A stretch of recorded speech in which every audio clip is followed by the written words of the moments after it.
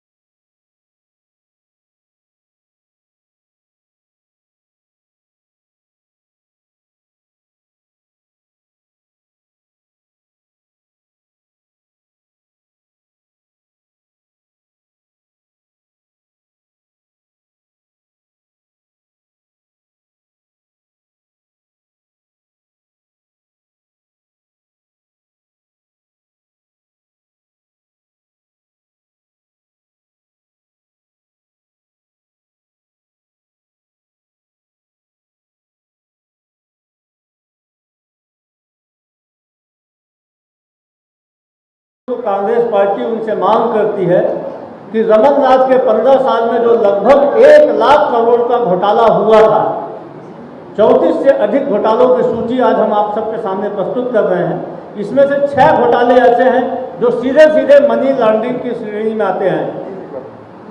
नान घोटाला, शराब घोटाला, गौमाता के नाम पे गौशाला घोटाला, पनामा पेपर में अभिषेक सिंह की जांच, इंदिरा प्रियदर्शनी घोटाला। इन घोटालों की प्रधानमंत्री जी ईडी, आईटी और सीबीआई से जांच कब करवाएंगे? क्या भारतीय जनता पार्टी के नेता होने के नाते इन घोटालों के गुनाहगारों को भारतीय जनता पार्टी बख्श देगी? प्रधानमंत्री से छत्तीसगढ़ की जनता यह जानना चाहती है। छत्तीसगढ़ में जिस प्रकार से घोटालों का बादशाह है, यहाँ की सरकार के मुखिया और ईडी से लेकर के आईटी से लेकर के जो छापा पड़ा और इस बात को प्रमाणित किया कि घोटालेबाजों की सरकार चल रही है। आज भी जमानत नहीं हुए हैं। एक नहीं अनेक स्कीम यहाँ है जिस पर मुझे लगता है और जांच करने की आवश्यकता है। इन बातों से कैसे नज़रअंदाज किया जाए, इसके लिए वो समय समय पर इस टाइप की बात बोलते रहते हैं। हमने तो कहा है, यदि आपको लगता है तो आप जाइए, जहाँ जाना है जांच कराइए, और जांच कराने पे निकलेगा सही का सही। एक आपने सदस्य बनाया था कि आपने उसमें कमेटी बनाई, कमेटी के अध्यक्ष और समिति ने सुझाव दे दिया कि वो जो बना रहे हैं वो सही है, और उसके बाद में मुख्यमंत्री जी का बयान आना बंद हो गया। तो ये मुख्यमंत्री जी तो कब राष्ट्रीय नेता आते हैं तो ऐसे ही बात करते रहते हैं, लेकिन सही में धरातल में क्या है छत्तीसगढ़ की जनता अब जान चुकी है कि सरकार भ्रष्टाचार में पूरे हिंदुस्तान में अव्वल नंबर पर है, और जिस प्रकार से लूटने का काम किया जा रहा है, छत्तीसगढ़ बचेगा नहीं यदि इनका नेतृत्व है। 6 घोटालों की जांच की मांग कांग्रेस करती है। गरीबों के राशन के महा घोटाले का आरोप लगाकर जांच की चुनौती देती है, तो वहीं बीजेपी भी कांग्रेस पर घोटालों का बादशाह होने का आरोप लगाती है। यानी सियासी घमासान के बीच ये कहा जा सकता है कि इस बार का चुनाव घोटालों पर घमासान का चुनाव होगा। मगर सवाल ये कि जनता किसके घोटाले के आरोपों में कितना विश्वास करेगी। Om Prakash, India voice, Raipur. रायपुर में नेता प्रतिपक्ष नारायण चंदेल ने राज्य सरकार पर भ्रष्टाचार का आरोप लगाते हुए कांग्रेस पर जमकर निशाना साधा है। इस दौरान उन्होंने कहा कि प्रधानमंत्री नरेंद्र मोदी 7 जुलाई को छत्तीसगढ़ आ रहे हैं। पीएम के आगमन को लेकर के कांग्रेसी नेता बेतुका बयानबाजी कर रहे हैं। साथ ही नेता प्रतिपक्ष नारायण चंदेल ने कहा है कि छत्तीसगढ़ का निर्माण भारतीय जनता पार्टी ने किया है। इसके साथ ही नेता प्रतिपक्ष ने कहा कि छत्तीसगढ़ के निर्माता अटल बिहारी वाजपेयी जी हैं। इस बात को कांग्रेसियों को नहीं भूलना चाहिए। तो रायपुर से ये खबर आपको बता रहे हैं, जहां नेता प्रतिपक्ष ने कांग्रेस पर जमकर निशाना साधा।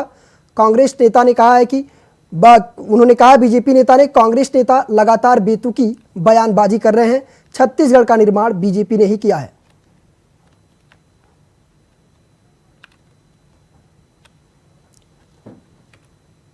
रायपुर के राजीव भवन में कांग्रेस संचार प्रमुख सुशील आनंद शुक्ला ने प्रेस वार्ता की।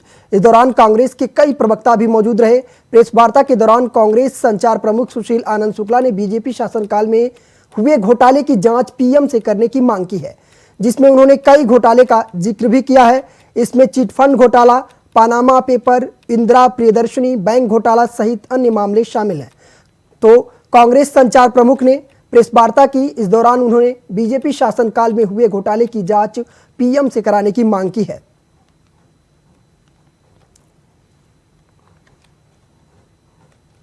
छत्तीसगढ़ बीजेपी प्रदेश महामंत्री ओपी चौधरी ने छत्तीसगढ़ में चल रहे भर्ती घोटाले और परीक्षा घोटाले पर भूपेश बघेल सरकार पर निशाना साधते हुए कहा कि छत्तीसगढ़ में रोजगार में माफिया, भर्ती में माफिया, ये जो आशंकाएं हैं वो परीक्षा दर परीक्षा बदलती जा रही है। तो बीजेपी प्रदेश महामंत्री का बयान आया है, ओपी चौधरी का यह बयान है। परीक्षा को लेकर के उन्होंने बघेल सरकार पर जमकर सवाल खड़े किए हैं। रोजगार में माफिया, भर्ती में माफिया की जो आशंकाएं हैं वो परीक्षा दर परीक्षा बलवती होती जा रही है। अभी अभी व्यापम ने सहायक शिक्षक के लिए मेरिट सूची जारी की है। इस एग्जाम के लिए जो प्रेस नोट 10 जून 2023 को जारी की गई थी, उसमें 1,46,176 अभ्यर्थियों के उपस्थिति की बात कही गई थी। वहीं 2 जुलाई 2023 को जो परिणाम घोषित किया गया है, उसमें जो मेरिट लिस्ट में नंबर हैं अभ्यर्थियों की, वो 1,46,275 हैं। 99 अभ्यर्थी अतिरिक्त कहां से पैदा हो गए? अब उसको लेकर के प्रेस नोट सफाई की जारी की गई है कि पहले टेलीफोनिक आधार पर लिया गया था। क्या पहले प्रेस विज्ञप्ति जारी की गई थी, उसमें कहा गया था कि टेलीफोनिक आधार पर अनुमानित उपस्थित अभ्यर्थियों की संख्या? ऐसा बिल्कुल नहीं कहा गया था। और कभी इनके धावक उसेन बोल्ट से ज्यादा दौड़ जाते हैं, ज्यादा तेज दौड़ जाते हैं, उस पर लिपिकीय त्रुटि कह देते हैं। कभी ये टेलीफोनिक आधार पर लिया गया है कह देते हैं। भर्ती में माफिया, रोजगार में माफिया की आशंकाएं हमारे छत्तीसगढ़ में लगातार बलवती होती जा रही हैं और छत्तीसगढ़ के युवा भाइयों को कहीं न कहीं अनेक प्रकार के अन्यायों का सामना करना पड़ रहा है, जो हम सब के लिए अत्यंत दुर्भाग्यजनक है। बीजेपी प्रदेश प्रभारी ओम माथुर प्रधानमंत्री नरेंद्र मोदी के दौरे की तैयारियों का जायजा लेने पहुंचे। इस दौरान प्रदेश प्रभारी ने साइंस कॉलेज मैदान स्थल का निरीक्षण किया। इस दौरान प्रदेश प्रभारी ने कहा है कि चुनावी दौर शुरू हो गया है, बूथ स्तर तक कार्यक्रम किए जा रहे हैं। साथ ही बीजेपी प्रभारी ने कहा है कि अमित शाह, जेपी नड्डा प्रधानमंत्री का लगातार दौरा होगा। केंद्रीय गृह मंत्री अमित शाह के दौरे पर ओम माथुर ने कहा, ये रूटीन प्रोग्राम है। पीएम के दौरे पर कांग्रेस द्वारा सवाल उठाए जाने पर प्रदेश प्रभारी ने कहा कि लोकतंत्र में हर नेता को अपनी बात रखने का अधिकार है। तो रायपुर से आपको खबर बता रहे हैं, जहां पीएम के दौरे को लेकर के तैयारियां तेज हो गई हैं। प्रदेश प्रभारी ने तैयारियों का जायजा लिया है। बीजेपी प्रदेश प्रभारी ओम माथुर ने तैयारियों का जायजा लिया, साइंस कॉलेज मैदान स्थल का निरीक्षण भी किया है। तो प्रधानमंत्री के दौरे को लेकर के तैयारियां तेज हो गई हैं। प्रदेश प्रभारी ने तैयारियों का जायजा लिया है। साइंस कॉलेज मैदान स्थल का ओम माथुर ने निरीक्षण किया। बीजेपी के प्रदेश प्रभारी हैं ओम माथुर, उन्होंने पीएम के दौरे का पूरा जायजा भी लिया है और साइंस कॉलेज मैदान में जहां पीएम मोदी का संबोधन होगा, रैली होगी, उसका निरीक्षण किया है। संगठनात्मक अमित जी प्रधानमंत्री एक जगह, जिनको पार्टी के नेता हैं, पार्टी के कार्यकर्ता, प्रधानमंत्री जी भी अपने आप को पार्टी का कार्यकर्ता मानते, क्योंकि इसलिए हर छोटे विषय पर चर्चा करने के लिए बड़े से लगाकर छोटा कार्यकर्ता नेता है। वो तो आप विचार करिए कितना प्रधानमंत्री अभी आए नहीं है, प्रधानमंत्री अभी आए नहीं और मुख्यमंत्री हो, उप मुख्यमंत्री हो, सब कह रहे हैं कि इन सवालों का जवाब दीजिए, तो ये फंड दे दीजिए, तो ये रुका है, ये दे दीजिए। देखिए, लोकतंत्र में हर दल को या हर नेता को अपनी बात रखने का अधिकार है और स्वाभाविक रूप से प्रधानमंत्री आए तो उनकी अपेक्षा जगनी पड़ती है। कांकेर जिला मुख्यालय कलेक्ट्रेट मार्ग पर जिले भर के संविदा कर्मचारी अपनी एक सूत्री मांगों को लेकर अनिश्चितकालीन हड़ताल पर हैं। इस हड़ताल में स्वास्थ्य, मनरेगा, पंचायत, कृषि, शिक्षा, महिला एवं बाल विकास विभाग, प्रधानमंत्री ग्राम सड़क योजना जैसे 54 विभाग शामिल हैं। कर्मचारियों का कहना है कि पिछले 4 सालों से अलग अलग समय पर कर्मचारी संगठन आंदोलन करते रहे हैं। उनका आरोप है कि कई बार बातचीत की पहल करने के बावजूद भी प्रशासनिक अफसर ने कोई चर्चा नहीं की और ना ही उनकी मांगों पर ध्यान दिया गया, जिसके बाद मजबूरन होकर के अब ये सभी संविदा कर्मचारी अनिश्चितकालीन हड़ताल पर हैं। तो संविदा कर्मचारियों का हड़ताल जारी है, अनिश्चितकालीन हड़ताल पर हैं संविदा कर्मचारी। अपनी मांगों को लेकर के ये हड़ताल कर रहे हैं। सरकार से इनकी मांग है कि इन्हें नियमितीकरण किया जाए।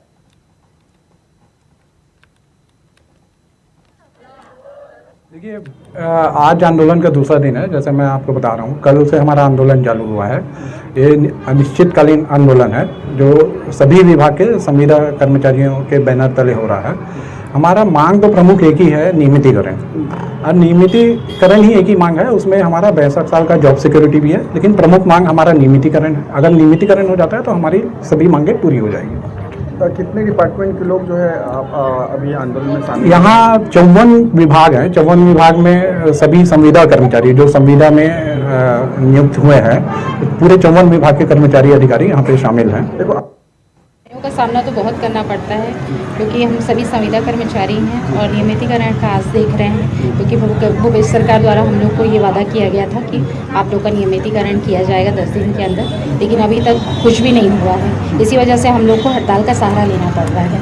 कितने सालों से आप काम कर रहे हैं? हम लोग को तो हो गया है, मतलब 4-5 साल हो गए हैं। 4-5 साल। अब मैं हाँ मतलब नियमितीकरण की एक प्रमुख मांग है। प्रमुख मांगे पूरी नहीं हुई तो फिर क्या करेंगे आप लोग? तो क्या सोचे, कुछ आगे चक्का जाम कर देंगे, आंदोलन करेंगे, क्या करेंगे? आंदोलन छत्तीसगढ़ में आगामी विधानसभा चुनाव के पहले सरकार से अपनी मांगों को पूरा करने को लेकर के कर्मचारी संगठन एकजुट हो गए हैं।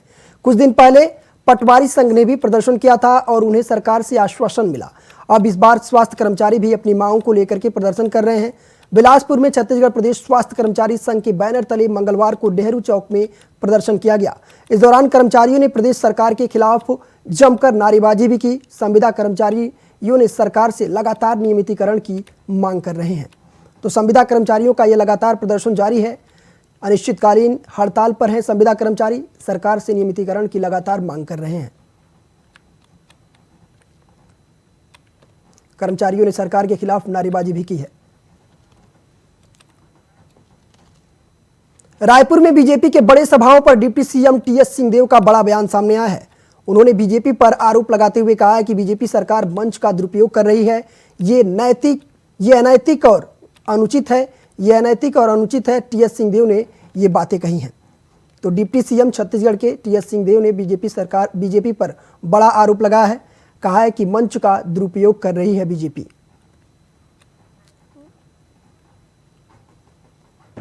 इसे अनैतिक और अनुचित बताया है डिप्टी सीएम टीएस सिंहदेव ने।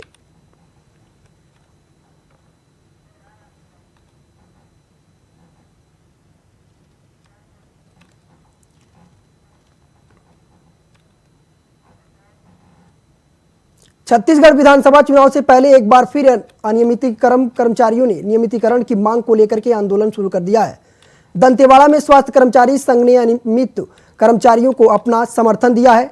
संविदा कर्मियों का आरोप है कि भूपेश सरकार ने सरकार बनने के 4.5 साल बाद भी जन घोषणा पत्र में किया हुआ वादा पूरा नहीं किया है, जिससे 54 विभागों में कार्यरत संविदा कर्मचारी अपनी मांगों को लेकर के 33 जिलों में अनिश्चितकालीन हड़ताल पर बैठ गए हैं। अनिश्चितकालीन कर्मचारियों का हल्ला बोल है। अनिश्चितकालीन हड़ताल पर कर्मचारी बैठे हैं, सरकार से लगातार नियमितीकरण की मांग कर रहे हैं, जिसमें स्वास्थ्य कर्मचारी संघ ने इनका समर्थन दिया है।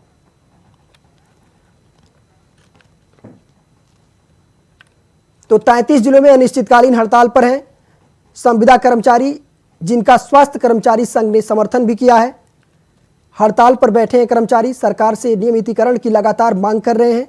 इनकी मांग जब तक पूरी नहीं होगी तब तक ये अनिश्चितकालीन हड़ताल पर ही रहेंगे। 33 जिलों में अनिश्चितकालीन हड़ताल कर रहे हैं कर्मचारी। हम शासन से प्रति वर्ष 3 चरणों में 1 दिन का अवकाश लेकर के, उसके बाद 3 दिन का अवकाश लेकर के, उसके बाद 5 दिन का अवकाश लेकर के शासन को ध्यान आकर्षण धरना के माध्यम से अवगत कराते आए हैं। स्वास्थ्य कर्मचारियों की 15 सालों से लंबित मांगों को आज तक पूरा नहीं किया गया है। इस शासन से बहुत कुछ आशा थी और इसने अपने घोषणा पत्र में भी वादा किया था कि हम अनियमित कर्मचारियों को नियमित करेंगे और हमारे जो नियमित कर्मचारियों की वेतन विसंगति है इसको दूर करेंगे। ये इनके घोषणा पत्र में था। 4 साल तक हम लोगों ने इंतजार किया। अब 3 महीने 4 महीने बचे हुए हैं। इसमें हम लोगों की जब आशा खत्म हो चुकी है उसके बाद हमें ये सर हमारी मांगे ये है कि जब हम ग्रामीण क्षेत्र में काम करते हैं तो हमारी जो सुरक्षा है उसकी सुविधा होनी चाहिए हमारे लिए। और हम लोग ने सबसे पहला तो ये है कि हम लोग नियमितीकरण जो है हमारा है ना, उसको हम लोग सामने रखें कि हमारा जो नियमितीकरण, अगर सरकार बोली है तो नियमितीकरण होना चाहिए हमारा। और जो ईपीएफ का लाभ नहीं मिलता है वो ईपीएफ का लाभ हमको मिलना चाहिए, और ईपीएफ का लाभ मिलना चाहिए हमको। छत्तीसगढ़ में प्रदेश भर के सरकारी अस्पतालों में काम करने वाले कर्मचारी हड़ताल पर चले गए हैं। इससे राज्य के सभी अस्पतालों में स्वास्थ्य सुविधाएं प्रभावित हो रही हैं। लंबे समय से अपनी मांगों को लेकर के सरकार के सामने रखने के बाद भी इस पर कोई सुनवाई नहीं हुई है, तो कर्मचारियों ने जनता से माफी मांगते हुए अनिश्चितकालीन हड़ताल पर हैं। हड़ताल को लेकर के स्वास्थ्य कर्मचारी संघ ने बताया कि हड़ताल को पहले ही सरकार और अधिकारियों को सूचना दी गई थी।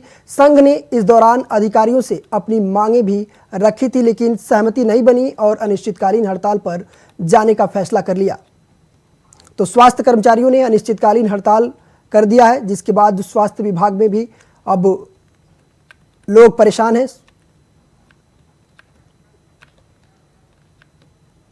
तो अनिश्चितकालीन हड़ताल पर कर्मचारी हैं, स्वास्थ्य विभाग के कर्मचारी अनिश्चितकालीन हड़ताल पर हैं। अपनी मांगों को लेकर के वो हड़ताल कर रहे हैं। सरकार से उनकी मांगे हैं कि उन्हें नियमितीकरण किया जाए। सरगुजा में जिला के स्वास्थ्य विभाग के सभी कर्मचारी 24 सूत्री मांगों को लेकर के स्टेट बैंक के सामने अनिश्चितकालीन हड़ताल पर हैं। बता दें कि स्वास्थ्य विभाग के लगभग 2000 से ज्यादा कर्मचारी हड़ताल कर रहे हैं।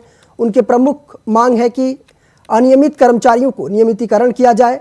इसके साथ ही कर्मचारियों ने वेतन बढ़ाने की मांग भी की है।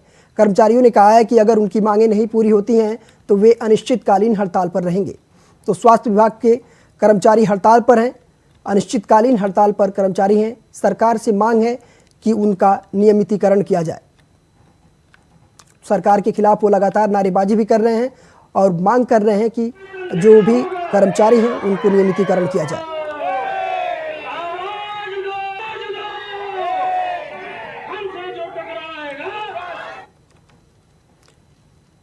यूसीसी को लेकर के छत्तीसगढ़ के उप मुख्यमंत्री टीएस सिंहदेव का बड़ा बयान सामने आया है, जिसमें उन्होंने कहा है कि इस तरह का कानून देश में लाना कोई नई चीज नहीं है, सबको साथ लेकर के विचार करके आगे बढ़ना है। सिख, ईसाई, आदिवासी सभी समाज के नियम अलग हैं।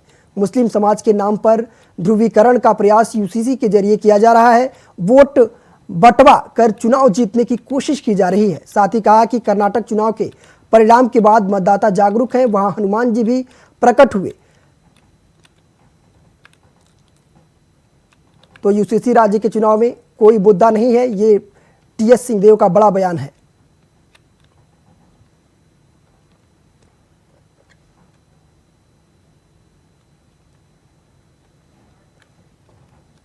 दुर्ग में बजरंग दल के 2 गुटों में जमकर विवाद हो गया। बताया जा रहा है कि इस दौरान दोनों गुटों ने थाना परिसर में देसी तमंचा निकाल लिया। वहीं दोनों गुटों में तनाव की स्थिति भी देखने को मिल गई, जिसके बाद पुलिस ने दोनों ही गुट को अपने आप को असली बजरंग दल बता रहे हैं। फिलहाल पुलिस अजोरा चौकी पुलिस मामले की ये पूरी जांच पड़ताल कर रही है। तो दुर्ग में बजरंग दल के 2 गुटों में विवाद हो गया। थाना परिसर में ही दोनों दलों ने तमंचा निकाल लिया। दोनों गुट खुद को असली बजरंग दल बता रहे हैं।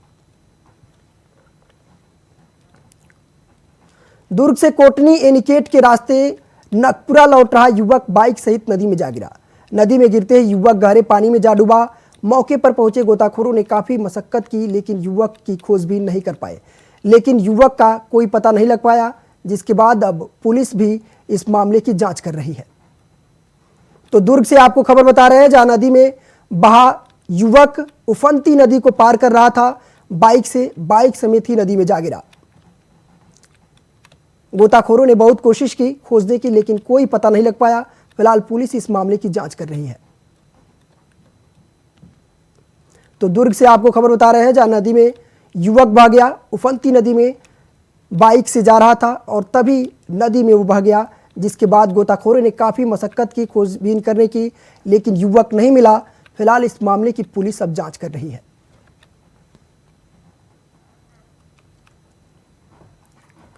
महेंद्रगढ़ में भारी बारिश से नदी नाले उफान पर हैं। इस दौरान उफनते पुल के ऊपर से गाड़ियां गुजर रही हैं, लेकिन प्रशासन द्वारा सुरक्षा का कोई इंतजाम नहीं किया गया है, जिससे कभी भी कोई दुर्घटना हो सकती है।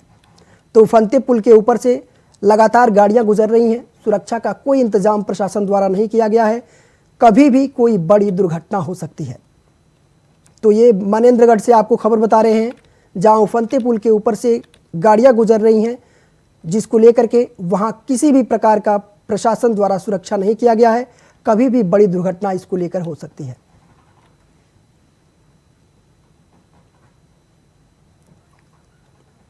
तो ये मनेंद्रगढ़ से आपको खबर बता रहे हैं, जहां उफनते पुल के ऊपर से गुजर रही हैं गाड़ियां, सुरक्षा का कोई इंतजाम नहीं किया गया है, कभी भी कोई बड़ी दुर्घटना हो सकती है।